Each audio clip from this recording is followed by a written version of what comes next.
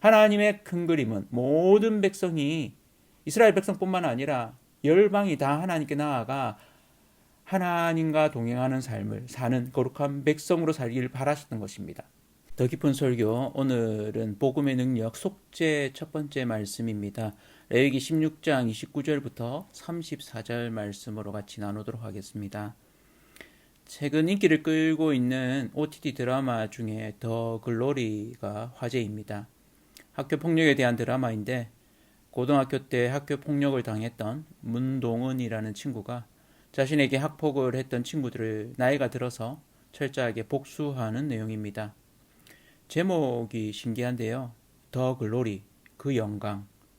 학교 폭력을 당해서 경찰에 신고했는데도 불구하고 학폭을 했던 친구들은 다 풀려나고 신고한 자신은 오히려 더 비참해지는 상황 가운데 정의가 실현되어야 사실은 신에게 영광을 돌리잖아요. 그런데 정의가 이루어지지 않는 세상에서 그 영광을 복수를 통해서 스스로 찾는 내용입니다. 인간은 죄된 존재입니다. 그 죄의 시작은 태초의 인간 아담과 하와였습니다.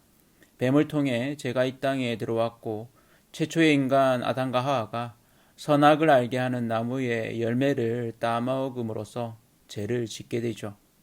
그 죄의 본체는 하나님의 자리에 자신이 앉는 것입니다.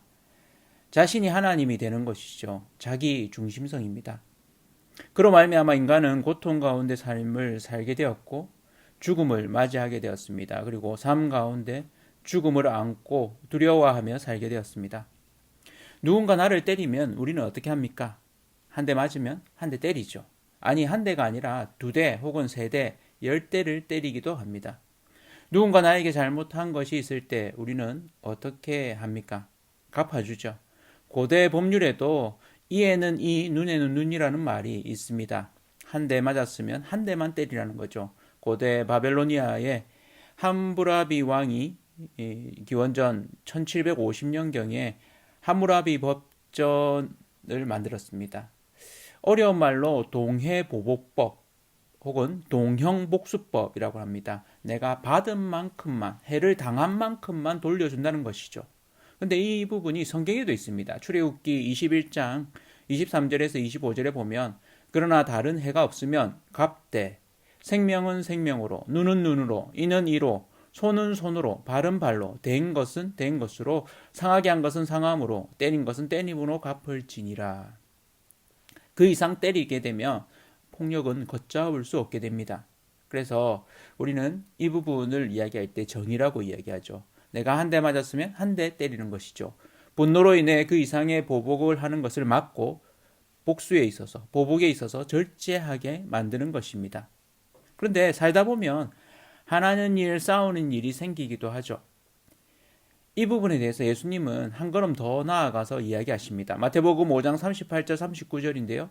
또 눈은 눈으로 이는 이로 갚으라 하였다는 것을 너희가 들었으나 나는 너희에게 이르노니 악한 자를 대적하지 말라. 누구든지 내 오른편 뺨을 치거든 왼편도 돌려대며 라고 말하고 있습니다.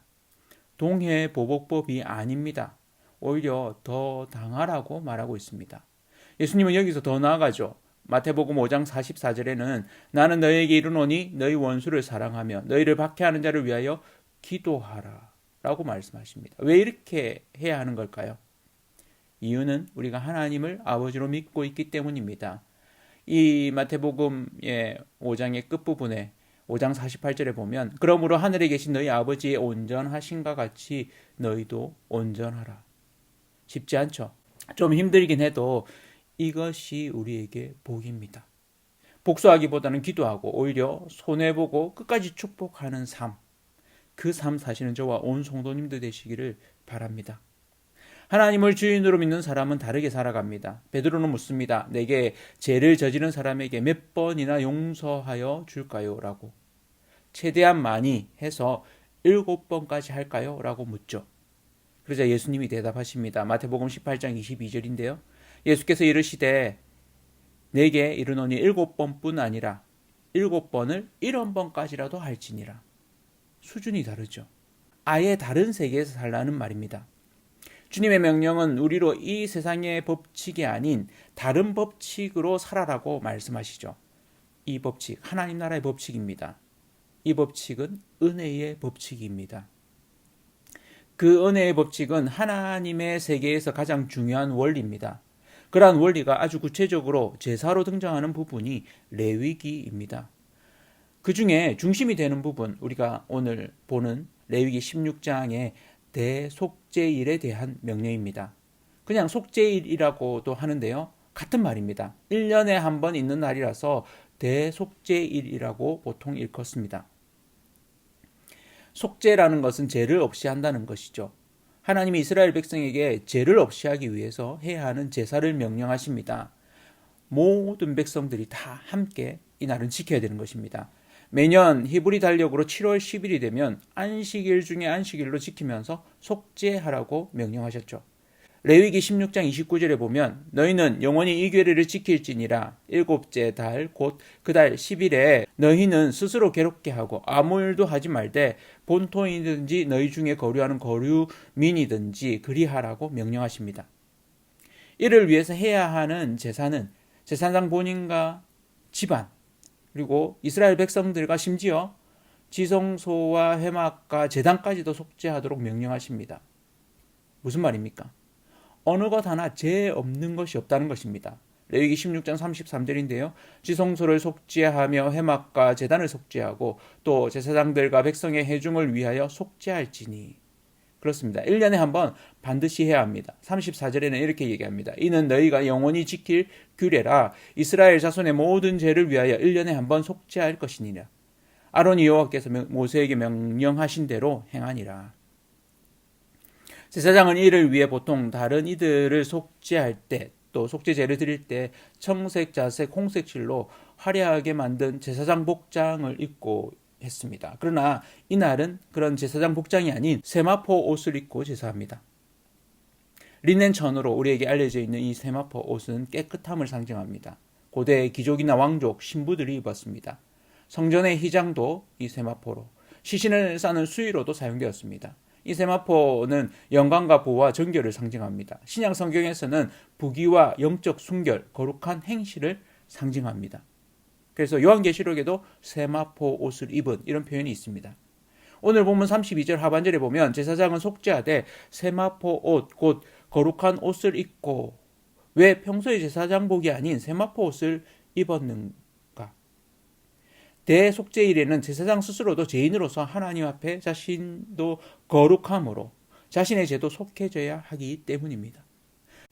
죄를 속한다는 것은 두 가지 의미를 가지고 있습니다. 첫 번째, 하나님의 백성으로 하나님 앞에 나아가기 위한 조건입니다.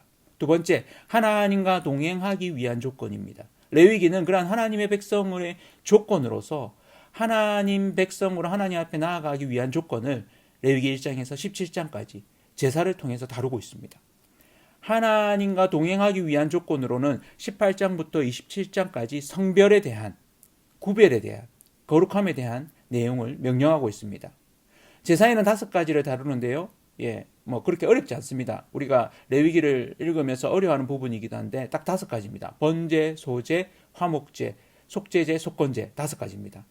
이 중에 3가지 앞에 있는 번제, 소제, 화목제는 자발적으로 드리는 제사입니다. 반면에 뒤에 있는 속죄제와 속건제는 강제적인 행위입니다.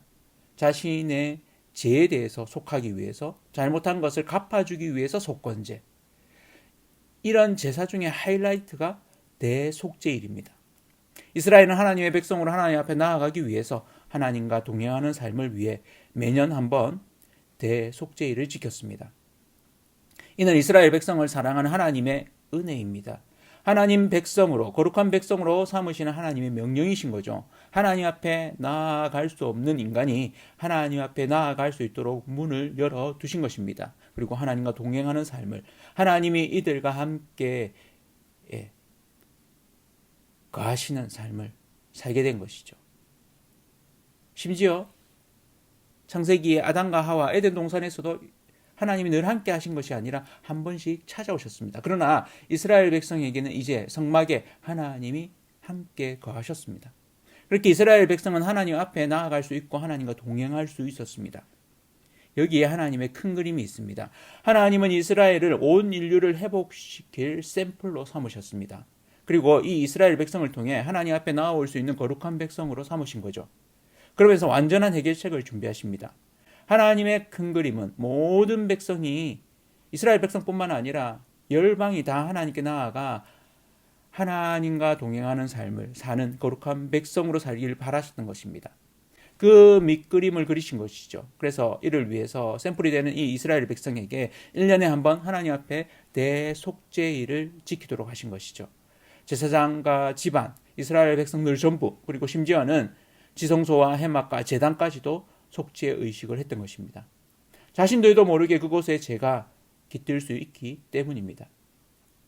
매년 한 번씩 해야 했던 이 대속죄일을 통해서 단 한 번 완전한 속죄가 되게 하는 그 실체를 알려주시려는 힌트인 것입니다.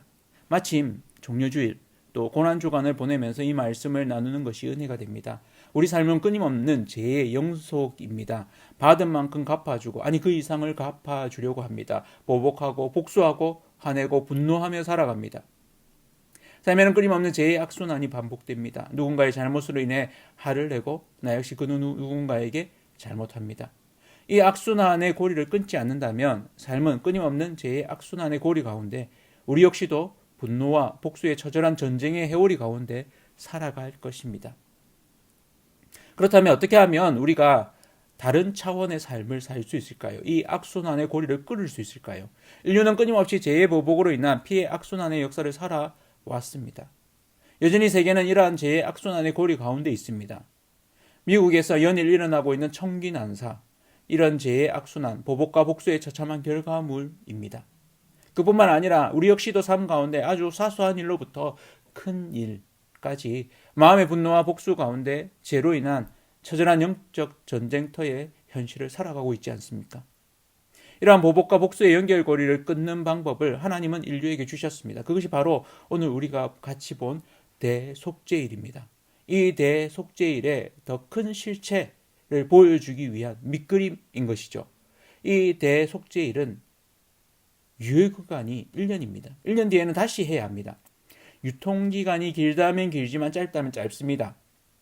그런데 유통기한이 영원인 한 사건을 알려주시기 위한 하나님의 큰 그림입니다.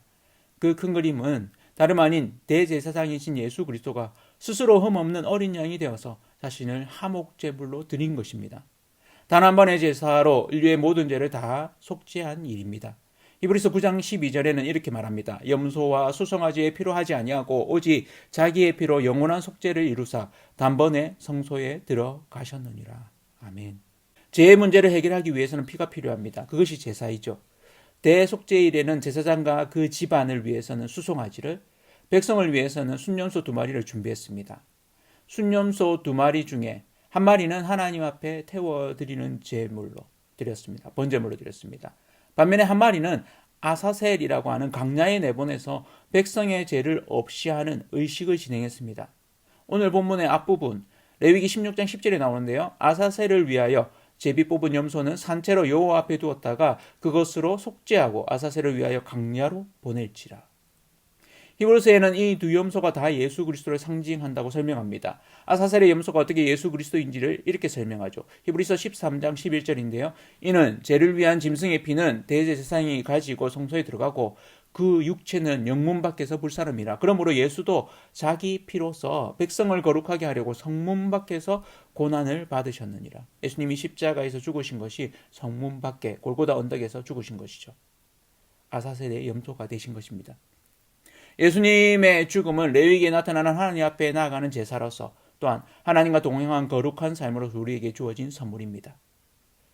매년 한 번씩 대속죄일이면 제사를 드려야 하는 한계를 넘어서서 대제사장이자 화목제물로서 자신의 피를 쏟으심으로 우리의 죄를 다 없이 해주셨습니다. 그렇지 않았다면 우리는 지금도 대속죄일을 지키고 있을 것입니다. 말씀을 마무리하겠습니다. 매년 한 번씩 그 힘든 제사를 드리고 있을 우리 자신입니다. 예수 그리스도의 단 한 번의 화목제물이 되심은 우리에게 정말 놀라운 은혜이고 용서이며 새로운 삶을 살게 하는 터닝 포인트가 되었습니다. 여기에 복음의 능력이 있습니다. 복음의 능력은 우리의 죄를 속죄하신 예수 그리스도이십니다. 이 한 주간 예수님의 십자가를 묵상하면서 우리의 죄를 대신하심으로 영원한 속죄를 받게 하신 그 은혜에 감사하고 분노와 복수의 삶이 아니라 용서와 화해의 삶을 사시는 그런 저와 온 성도님들 되시기를 축원합니다.